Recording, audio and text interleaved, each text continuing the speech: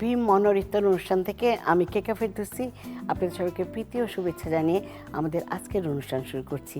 আশা করি আপনারা সবাই ভালো আছেন। প্রতিদিনকার মতো আজকে আমাদের অনুষ্ঠানে আমাদের একজন প্রিয় তারকা এসেছেন, তার নাম হলো সাদ নভি। নভিকে আমি ডেকে নিচ্ছি, আসো। নভি কেমন আছো? এই তো আপা, আপনি কেমন আছেন? আমি ভালো আছি। তাহলে আজকে আমরা একটা ট্রেন্ডি ফিউশন ফুড করছি। তা আমরা মা দাদিরা, তুমি শুনেছো কিনা জানি না, ফুলরি তৈরি করতেন। তো সেই ফুলরিটাকে আমরা একটু আবার অন্য কিছু মিক্স করে একটু অন্য আঙ্গিকে আজকে রান্না করব, ঠিক আছে? তো ফুলরিটার মেন জিনিস যেটা, সেটা হলো আলু। 3টা আলু সিদ্ধ করে একটু ম্যাশ করে রেখেছি। আলুটা দিয়ে দিলাম। হ্যাঁ, রোজার সময় সবার বাসায় বেসন থাকে, বেসন দিলাম টেবিল চামচের 2 চামচ। আর যাতে বাইন্ডিংসটা ভালো হয় সেই জন্য একটু কর্নফ্লাওয়ার দিচ্ছি। আগে তুমি জানো, মা দাদিরা যখন তখন তার তো কর্নফ্লাওয়ার ছিল না, তারা এর বদলে কি ব্যবহার করতো জানো? না, চালের গুঁড়ি। তো ফুলরিতে একটু কাঁচা পেঁয়াজ দিতে হয়, কাঁচা পেঁয়াজ দিচ্ছি টেবিল চামচের 2 চামচ। বেরেস্তা দেবো টেস্টের জন্যে। হ্যাঁ, এটাও 2 চামচ দিলাম টেবিল চামচের। বেরেস্তাটা দিলে খেতে ভাল লাগে। তুমি কেমন ঝাল খাও? মোটামুটি ভালোই ঝাল। আচ্ছা, তাহলে একটু কাঁচামরিচ কুচি দেই, দিয়ে আমরা এটা তৈরি করব। না, যে কোনো খাবার আসলে আলু থাকলেই খাবারটা সুস্বাদু হয় আমার কাছে ব্যক্তিগতভাবে মনে হয়। আলু তো আসলে একটা মজার একটা খাবার। আলুকে কি আমরা সবজি বলবো না কি বলবো বলো তো? ফল বলবো না সবজি? আমার কাছে মনে হয় আলু আসলে একটা বিরল প্রজাতির কিছু। হ্যাঁ, আসলে এটা নিয়ে কিন্তু অনেক বিতর্ক আছে যে আলুকে কি আমরা আসলে সবজি হিসাবেই কিন্তু আমরা ধরি, তাই না? আর দেখো, ইউরোপের সব দেশে আলু দিয়ে কত কিছু বানায়। ধনে পাতা কুচি দিলাম কতখানি। এটার মধ্যে আমরা যা ফিউশন করব তা হলো আমরা নরের কর্ন স্যুপ দেবো। কর্ন স্যুপের যে গুঁড়াটা সেটা মিক্স করব। তাহলে হবে কি, এর মধ্যে একটা আলাদা একটা ফ্লেভার আসবে। 4 চামচের 1.5 চামচ লবণ দিলাম, বেশি দিলাম না। দেখো, তেঁতুলের চাটনি রেখেছি, এটা একটু মিক্স করে দেবো এটার মধ্যে। যখন খাবো না, আমাদের টক ঝাল একটা ট্যাঙ্গি একটা ফ্লেভার। হ্যাঁ, চিনি কিছু দিচ্ছি না। হ্যাঁ, এখন একটু হাত দিয়ে মাখাবো আমি। ডিমটা ফাটাতে পারো কিনা আমার কাছে দাও, তাহলে এখানে দিয়ে দাও।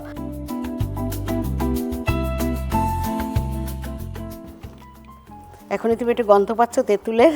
হ্যাঁ, একটু একটা তেঁতুলের একটা ফ্রেগরেন্স আসছে। হ্যাঁ, ঠিক না? এটা মাখালাম। হ্যাঁ, এরপর আমরা ফুলরিটা তৈরি করব। তার আগে চলো না একটু খেলাধুলা করি। চলো ওদিকে যাই। বোর্ডে দেখো কিছু আছে বোধহয় লেখা। পড়ো তো, কি কি লেখা আছে? ট্রেন্ডি ফিউশন রেসিপি, ডিম, রামেন, মাসালা, ফ্রাই, চপ, চিজ, বেগুনি।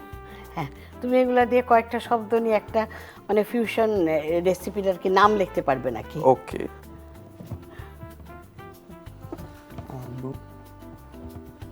সুন্দরই লিখেছো, মাশাআল্লাহ। আলু ফ্রাই, হাতের লেখাও তো তোমার সুন্দর। চলো তাহলে আবার আমরা কিচেনে যাই এখন, যে আবার কথা বলি। আচ্ছা, তুমি কথায় কথায় বলছিলে যে তোমার একটা নাটক খুব জনপ্রিয় হয়েছে, যে নাটকটায় তুমি শেফ ছিলে। জি জি জি। কি কাজ করেছো ওই নাটকটায়? নাটকটাতে ছিল হচ্ছে আমার একটা ফুড কার্ট আছে, তো আমি হচ্ছে ইউনিভার্সিটিতে ফুড কার্টে স্টুডেন্টদেরকে হচ্ছে খাবার করি। আমি নিজেও স্টুডেন্ট, ইউনিভার্সিটিতেই পড়ি। আবার ওই স্টুডেন্টদেরকে আমি আর কি খাওয়া সেল করছি। আচ্ছা, বাসায় যখন মানে ইফতারিতে অনেক গেস্ট চলে আসে, অনেক থালা বাসন হয়ে যায়, তখন সেটা কি দিয়ে তোমরা পরিষ্কার করো ঝকঝকে তকতকে করে? মানে মোটামুটি সবসময় আসলে ভিমই ব্যবহার করা হয়েছে, ছোটবেলা থেকে ভিম লিকুইডই। আচ্ছা, একটা জিনিস জানো যে আগে তো দেখেছো যে ভিম বারটাও সবাই ব্যবহার করতো। বারের যে সাবানগুলা হাতে লেগে থাকে, নয়তো একটা গ্লাস মাজলে হয়তো গ্লাসের কোনায় একটু লেগে থাকে আর অনেক বেশি খরচ হয়। এখন হলো ভিম লিকুইড যেটা এসেছে, এটার মধ্যে যেহেতু লেবুর গন্ধ আছে, হাতের স্কিন ভালো থাকে, 100 লেবুর শক্তি আছে, ঝকঝকে তকতকে হয়ে যায় নিমিষে। কারণ লেবুর গন্ধ থাকবে, আবার একদম ঝকঝকে তকতকে হয়ে যাবে সব দিক দিয়ে। দেখি আর তেলটা আরো একটু গরম হয়, একটু গরম না হলে ফুলরিগুলো দিলে ভালো করে ভাজা হবে না। দেখি 1টা 2টা করে দিতে থাকি। এগুলো একটু মানে একদম যে প্রপার শেপ করতে হবে এমন না, একটুখানি এলোমেলো হয় ফুলরিগুলা। হ্যাঁ, এরকম দিয়ে দিই সবগুলো। তারপরে এ প্রায় শেষ হয়ে আসলো। বড় একটা ফ্রাই প্যান দিয়েছিলাম যেটা একসাথে সবগুলো ভাজা হয়ে যায়, কারণ আমরা তো স্টুডিওতে অনেকগুলো মানুষ আছি, তাই না? সবাই মিলে ইফতারি খাবো, এটা একটা আইটেম যাতে সবাই পায় একটু একটু করে। আচ্ছা নভি, এতক্ষণ দেখো এটার মধ্যে মাখালাম, অনেক কিছু দিয়েছি না, কেমন হয়ে গেল এখন? তো এটা কি ভীম লিকুইড দিয়ে মাছলে কি একদম ঝকঝকে চকচকে হয়ে যাবে? করে দেখাবে? একদম, দেখাও তাহলে। এটা আমি খুব ভালো পারি। এটা তুমি ভালো পারো, তাহলে করো।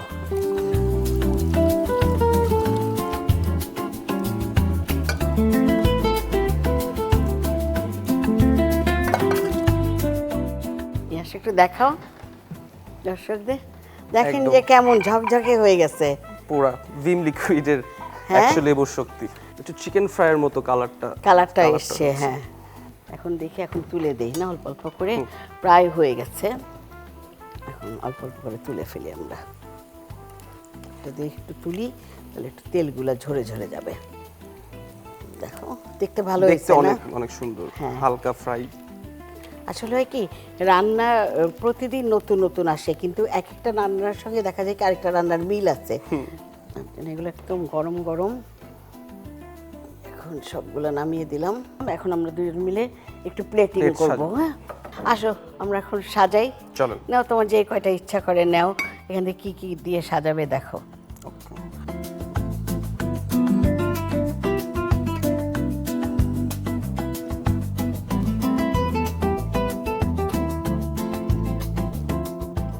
তুমি বলো কোনটা কেমন হয়েছে? আপনারটাই ভালো হয়েছে, আমারটা কোনো রকম। না না, তোমারটাও সুন্দর হয়েছে। চলো আমরা একটু ধরে দর্শকদের দেখাই এইভাবে দাও। ঠিক আছে, নামিয়ে রাখি এখন। আমি সাজালাম, আমরা কেমন লাগলো? খুব ভালো লাগলো। চলো আমরা এখন ওইখানে যে বসি, অনেকক্ষণ তোমাকে দাঁড় করিয়ে রেখেছি, এখন চলো একটু বসে বসে কথা বলি।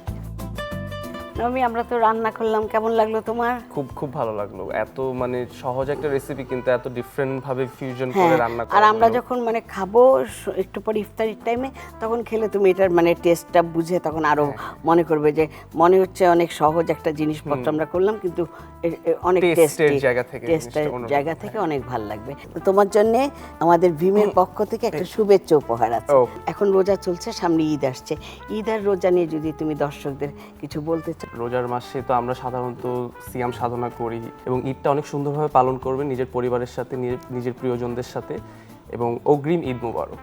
আপনাদের কাছে যদি টেন্ডি ফিউশন ফুডের কোনো নিজস্ব রেসিপি থাকে, সেই রেসিপিগুলো আমাদের কাছে পাঠিয়ে দেবেন। আর পাঠানো খুব সহজ, আপনারা ভীম বাংলাদেশ ফেসবুক পেজে পাঠিয়ে দেবেন। যেসব রান্না আমাদের খুব ভালো লাগবে সেই রান্নাগুলো আমরা প্রচার করার চেষ্টা করব। আমি কেকা ফেরদৌসী ভীম মনোর ইফতার অনুষ্ঠান থেকে আজ এখানেই বিদায় নিচ্ছি। আগামীকাল আবার সবার সঙ্গে ইনশাল্লাহ দেখা হবে। খুদা হাফেজ।